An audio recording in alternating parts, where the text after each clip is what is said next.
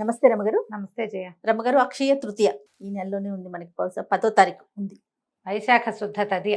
విపరీతమైన యాడ్లు, అన్ని బ్రాండ్స్. అదే కనపడుతుంది. నేనే ప్రమోట్ చేస్తున్నా, నేనే ప్రమోట్ వీడియోస్ చేస్తున్నారా? చేస్తున్నా. ముకుంద వాళ్ళు మనతో ఉన్నారు కదా, సో రెగ్యులర్ గా వాళ్ళ వీడియోలు, కాన్సెప్ట్స్ అంటే నిజంగానే తగ్గింపులు కూడా కనిపిస్తా ఉన్నాయి రమగారు. దాంతో అసలు అక్షయ తృతీయ అనగానే ఏమైపోతుంది, ఇప్పుడు అక్షయ తృతీయ అనగానే ఎంతసేపు గోల్డ్ గురించే మాట్లాడుతున్నా కదా. అవును, ఇదే కాన్సెప్ట్ వచ్చేసిందండి. అక్షయ తృతీయ అంటే బంగారం కొనుక్కోవటం అంతే. బిజినెస్ వాళ్ళు, బంగారపు షాపుల వాళ్ళు సౌత్ ఇండియాలో విపరీతంగా ప్రమోట్ చేశారు జయ. వాళ్ళే తీసుకొచ్చారు దీన్ని రంగం మీదకి. కుబేర లక్ష్మి అంటారు, వైభవ లక్ష్మి అంటారు, ఇంకేదో లక్ష్మి అంటారు. లక్ష్మీదేవి మీ ఇంట్లోకి రావాలంటే ఇవాళ మీరు బంగారం కొనకపోతే మీ ఇంట్లోకి రానే రాదంటాడు. ఇప్పటిదాకా నేను ఒక్క అక్షయ తృతీయ కూడా కొనలేదు జయ. కొనుక్కోలేదు, మా ఇంట్లో లేదు, మేము ఎవరం చేయం. ఓకే, కుదిరినప్పుడు కొనుక్కుంటాం. అది కుదిరితే కొనుక్కోవటం.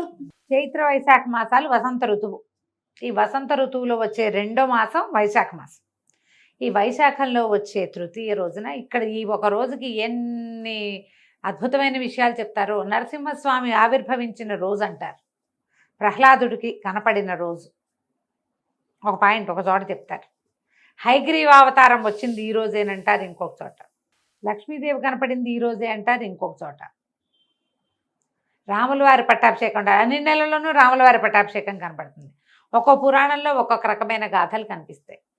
మనకి పండుగలు, పర్వదినాలు అని 2 పాయింట్లు ఉంటాయి జయ కదా. మిగిలిన ఏ దేశాల వాళ్ళకి ఇలా ఉండవు. సెలబ్రేషన్ డేసే ఉంటాయి. మనకి 2 వేరు. సెలబ్రేటింగ్ డేస్ వేరు, ఆస్పీషియస్ డేస్ వేరు. ఆస్పీషియస్ సెలబ్రేషన్ డేస్ ఏమో పండగలు, మనం పండగ చేసుకుంటాం ఎవరి తరహాలో వాడు. ఆస్పీషియస్ డేస్ అంటే పర్వదినాలు, పవిత్రమైన రోజులు. వాళ్ళకి ఒట్టి పవిత్ర దినాలే ఉంటాయి అన్ని, అప్పుడే సెలబ్రేషన్స్. మనకు అది వేరు, ఇది వేరు. పైగా ఒక్కొక్క రాష్ట్రంలో, ఒక్కొక్క ప్రాంతంలో, మన తెలుగు రాష్ట్రాల్లోనే ప్రాంతాల వారీగా ఈ పూజా విధానాలు కొంచెం మారుతాయి. ఈ అక్షయ తృతీయ నాడు ఏంటంటే ఈ రోజున ఏది చేసినా అది అక్షయం అవుతుంది. అక్షయం కావటం అంటే ఏంటంటే అబండెన్స్ ఉంటుంది, చాలా సమృద్ధి, వృద్ధి చెందుతుంది. 1 గ్రామ్ బంగారం ఇప్పుడు కొనుక్కుంటే ఏడాదంతా మనకు బంగారం కొనుక్కునే అవకాశం లభిస్తుంది. ఈ అక్షయం అవుతుందన్న ఒక పాయింట్ పట్టుకొని మనకి బంగారానికి ప్రమోషన్ జరిగింది. ఇది మంచిదే. బంగారం కొనుక్కుంటాం, ఈ రూపాయినైనా మనకు బంగారం అవసరం కదా, పెట్టుబడులకు అవసరము, ఆడపిల్లలకి ఇచ్చుకోవడానికి అవసరము, మనకే ఏదైనా ఏమన్నారు దాన్ని, డబ్బు ఆపదకి ఆదుకునేది బంగారం. పోనీ ఇది మంచిదే, కానీ అదే పిచ్చిగా పడక్కర్లేదమ్మా, పడక్కర్లేదు. ఈ రోజున మనం ఏం చేయొచ్చు, ఇప్పుడు చేసినటువంటి దైవ పూజ, ఈ రోజున చేసేటువంటి పితృ ఆరాధన అంటే పితృదేవతల ఆరాధన, తర్వాత ఈ రోజున చేసినటువంటి దానము, హోమము, జపము, తపము అన్నీ అక్షయం అవుతాయి. దీంతో పాటు కొనుక్కుని ఏదైనా వస్తువు తెచ్చుకోవటం కూడా, ఏదైనా మంచి వస్తువు మీరు కొనుక్కోదలుచుకుంది. నెయిల్ పాలిష్లు కావాలా, నెయిల్ పాలిష్ కొనుక్కో, పెరుగుతాయి. నగ కావాలి, నగలు కొనుక్కో, నగలు పెరుగుతాయి. మనం ఏం చేసాము, ఈ దానము, జపము, హోమము, పూజా విధానం అన్ని వదిలిపెట్టేసి ఓన్లీ గోల్డ్ మీదకి వెళ్ళాం. అవును కాదు, ఇది ఈ రోజున మనం పూజ బాగా చేసుకోవాలి, శుభంగా జరుగుతుంది. సంవత్సరం అంతా పూజ జరుగుతుంది మన ఇంట్లో.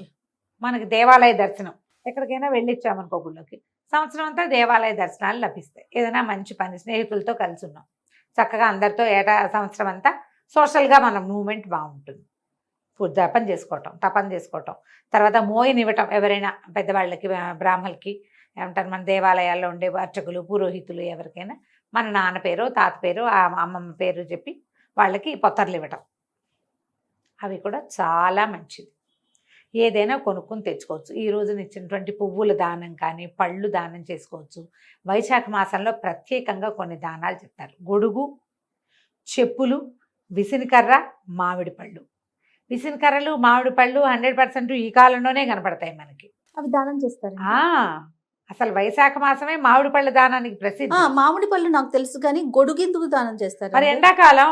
ఓకే, ఇప్పుడు నువ్వు గొడుగులు రాముడికి దానం చేయాలంటే నువ్వు ఆలోచిస్తావనుకో, నీ పని మనిషికి ఒక గొడుగు కొనిపెట్టు, అది ఎండలో నడిచొస్తుంది మీ ఇంటికి, చాలు. సూపర్. చెప్పులు కొనిపెట్టు, వాచ్మెన్ పిల్లలకి 2 జతలు చెప్పులు కొనిపెట్టండి, చాలా మంచిది. ఇప్పుడు వాళ్ళు చెప్పులు వేసుకున్నప్పుడల్లా ఆ బ్లెస్సింగ్స్ ఎక్కడికి వస్తాయి జయ? మనకే వస్తాయి కదా. అది మనకి ఎక్కువ వస్తుంది అనమాట. బంగారం కొనుక్కోగలిగితే మహత్తరంగా, నిరభ్యంతరంగా, నిరాటంకంగా కొనుక్కోండి. ముకుంద జ్యువెలర్స్ కూడా వెళ్ళి కొనుక్కోవచ్చు, ఓ సూపర్. మీ ఇష్టం. కానీ దీంతో పాటు లక్ష్మీ పూజ చేసుకోండి. ఓకే. లక్ష్మీనారాయణల వివాహమైన రోజు అన్న మాట కూడా ఒక చోట చెప్పబడుతుంది. ఆహా. ఈ లక్ష్మీ పూజ చేసుకోండి, ఇంట్లో పూజ చేసుకోండి. నిత్యము పూజ ఆరాధన చేస్తారా, మరి 4 పువ్వులు పెట్టి కాస్త పాయసం చేసి ఈ రోజున దుర్భాషలు ఆడడం, తిట్టడం, పొట్టాడడం, మొగుడు పెళ్ళాలు కొట్టు చావటం అవి చేయొద్దు. అక్షయం అవుతుంది.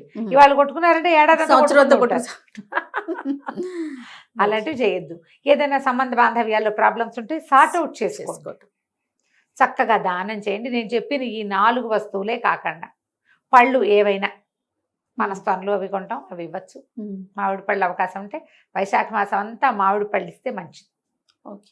ఈ గొడుగు, చెప్పులు, విసినకర్రలు, పువ్వులు, పళ్ళు, కూరలు, కూరగాయలు దానం కూడా చేయటం అంతేనండి.